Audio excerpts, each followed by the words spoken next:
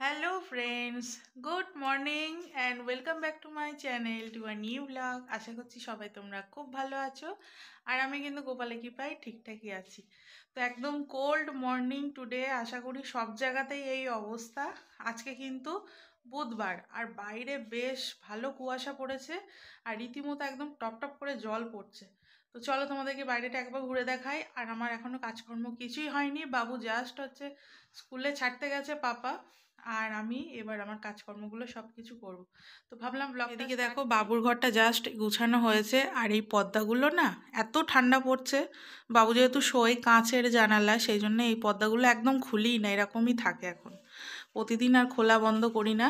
আর চল বাইরেটা একটু দেখাই। আর এখানে জামা কাপড় সব টাল হয়ে আছে, কালকেও কাচতে পারিনি মেঘলার জন্যে, আজকে এগুলোকে কাচতেই হবে। এই দেখো, দেখছো উঠোনগুলো কেমন ভিজে গেছে। সকালবেলা কিন্তু এতটা ছিল না, মানে আমি যখন উঠেছি 6টার দিকে, বাট আস্তে আস্তে দেখছি জলটা বেশি পরিমাণে পড়ছে কুয়াশার সাথে। আর গাছপালাগুলোর এই অবস্থা, যেহেতু কাজ হচ্ছে বাড়িতে, সেই জন্য টবগুলো আর সাজিয়ে রাখা গেল না। আর এই ফুলটা দেখো কত সুন্দর ফুটেছে। আর পাপা গেছিল বাবুকে দিতে, পাপা এখন বাড়ি আসছে। দুই দিকে এই দুটো গাছ দেখো রাখা হয়েছে। নিয়ে যাও, হাতে দিও না, ঝামেলা হবে। আর এখানে দেখো টেবিলের অবস্থা, কোনো ব্যাপার না, জাস্ট একদম তুড়ি মেরে এটাকে আমি 5 মিনিটে গুছিয়ে নেব। আর এই ঘরেও এখনও বিছানা গুছানো হয়নি। তো চলো ঝটপট কাজ করে নিই, তাড়াতাড়ি কাজ করলে শরীরটাও গরম হয়ে যাবে আর ঠান্ডাও লাগবে না।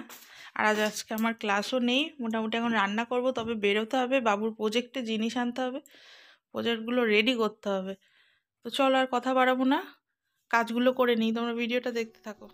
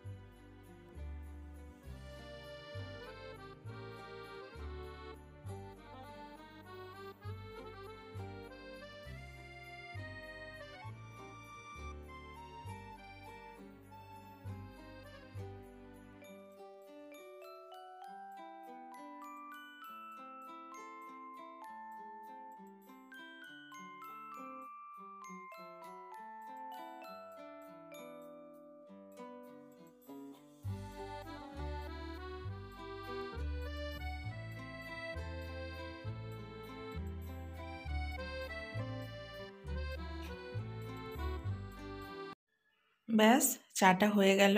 এবার চাটা খেয়ে শক্তিটা একদম বাড়িয়ে নিতে হবে, নিয়ে সংসারে কাজে লেগে পড়তে হবে। তো প্রথমেই দেখো এখানে আটাটা আমি কাল রাত্রেই মেখে রেখেছিলাম, তো ফ্রিজ থেকে বার করে রাখলাম। আর এখানে নিয়ে আসা হয়েছে ডিম অনেকগুলো, আর তার মধ্যে দেখো পাপা অলরেডি একটা ডিম ফাটিয়ে ফেলেছে, গাড়িতে নিয়ে এসছে যেহেতু।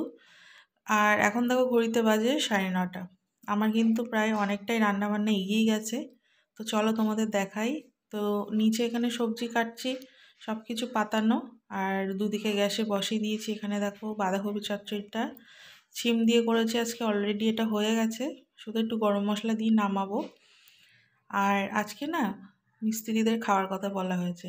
মিস্ত্রিগুলো দেখলাম যে ওরা প্রতিদিন না সন্ধেবেলা গিয়ে তাই খায়, দুপুরে কোনো ওরা আর কি লাঞ্চ করে না, সকালে খেয়ে আসে আর সন্ধেবেলা গিয়ে খায়। তো দেখে খুব খারাপ লাগে, কিন্তু অনেকজন আসলে প্রতিদিন দেওয়াটা সম্ভব নয়।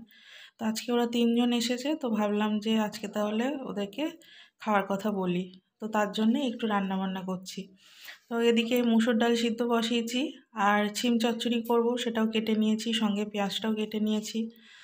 বিট ভাজা হবে সেটা কেটেছি, আর ডিমের তরকারি হবে সেটাও, আলু আর পেঁয়াজ কেটে রেখেছি। আর এখানে হবে বেগুন দিয়ে বাটা মাছের তরকারি, বেগুন আলু দিয়ে বাটা মাছের তরকারি।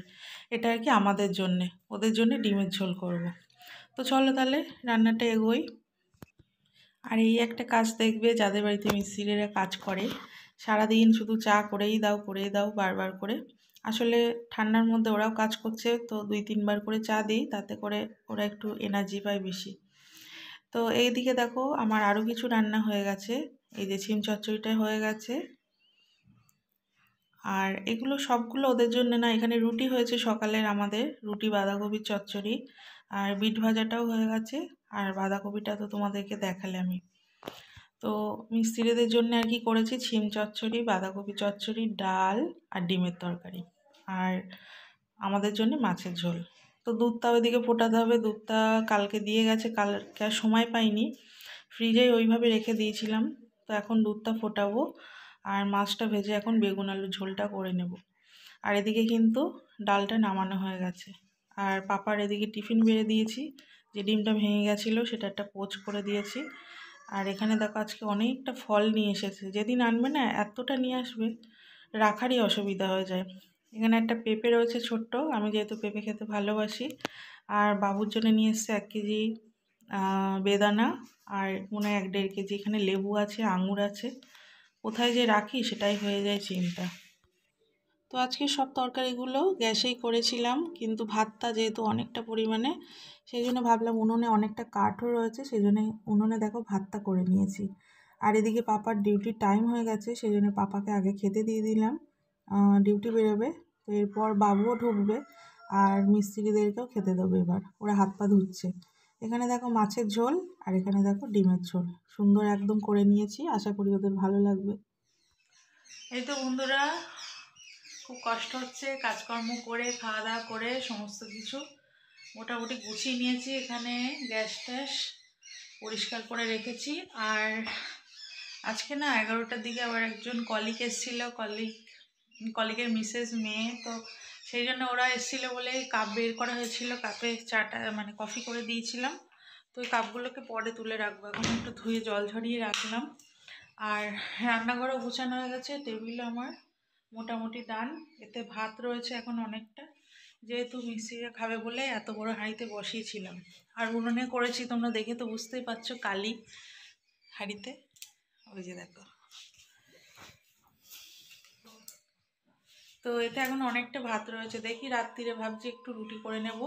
আর তরকারি অনেক কিছু রয়েছে, তারপর তরকার ডাল করবো বলে ডালও ভিজিয়েছি, কিন্তু এত তরকারি রয়ে গেছে, তো ভাবছি ডালটা আর করবো না, ডালটা কালকে করবো।